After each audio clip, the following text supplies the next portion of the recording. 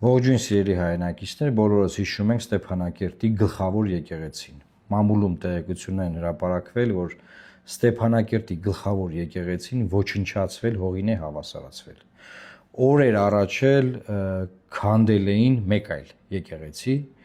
եւ ես ուզում եմ հայամատական տանել, որ իսրայելցի զինվորը Լիբանանի տարածքում Հիսուս Քրիստոսի արձանը ջարդում էր եւ լուսանկարը տարածվեց, ամբողջ քրիստոնյա աշխարհը դատապարտեց, Իսրայելի վարչապետը խոսեց դրա մասին ափսոսանք հայտնելով, դատապարտելով, Իսրայելի բազմաթիվ պաշտոնատար անձինք, քրիստոնյա աշխարհը,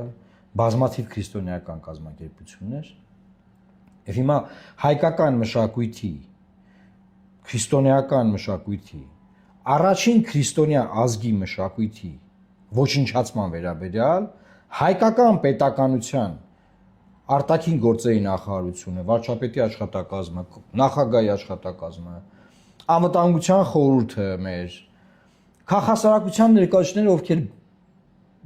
ժպիտներով գնում են Բաքու, հանդիպումներ են անում, այստեղ են հրավիրում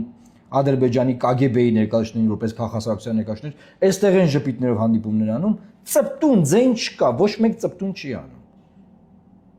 Մենք ով ենք դառել, ընդհանրապես մենք էս ովքեր ենք։ Այսինքն մեր պետական որևէ ինստիտուտ չի դատապարտելու սա։ Հիշում եք Ստեփանակերտի այդ մեծ եկեղեցին։ Հողին են հավասարացրել։ Խաչքարեր, բան ինչ կա, սա քանդում են, հողին են հավասարացնում։ Ու դուք հավատում եք նախաստորագրված բանին, հա, այս բան խաղաղության այս նախաստորագրված պայմանագրի այս փաստաթղթին։ Մենք ուղղակի բանը, ասենք ես կարծում եմ, որ մեր իշխանությունները, այն մարդիկ, ովքեր պատասխանատու են այսօր այդ հայտարարությունն անելու, դատապարտելու, աշխարհին տեղեկացնելու, ՅՈՒՆԵՍԿՕ-ին դիմելու բան, դուք պրոստը ամոթ չունեք դուք։ Անվտանգության խորհրդի քարտուղարը հեղափոխության մասին գիրք ա գրել, բան, գնում է Հունաստան ինչ-որ կոնֆերանսի, Հիկմետ Հաջիևի հետ ընդ ինչ-որ բան քննարկելու։ Դուք ով եք ախպերս, ինչ եք դառել դուք։ Դուք ձենք չեք անելու ոչ մի բան, ոչ մի բան չեք ասելու դուք։ Ես կարդում եմ, ես գժված նայում եմ, լավ, ես ինչ ա։ Ժորժան, հունիսի 7-ին մենք բոլորս հնարավորություն ունենք այս ամենը կանգնեցնելու։ Եթե չէ, հայկական քրիստոնեական մշակույթի ոչնչացումը շարունակվել է այսօրվա իրական Հայաստանի տարածքում։ Որովհետև այսօր ծպտուն չենք անում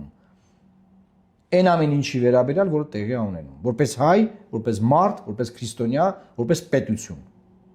Տարածեք։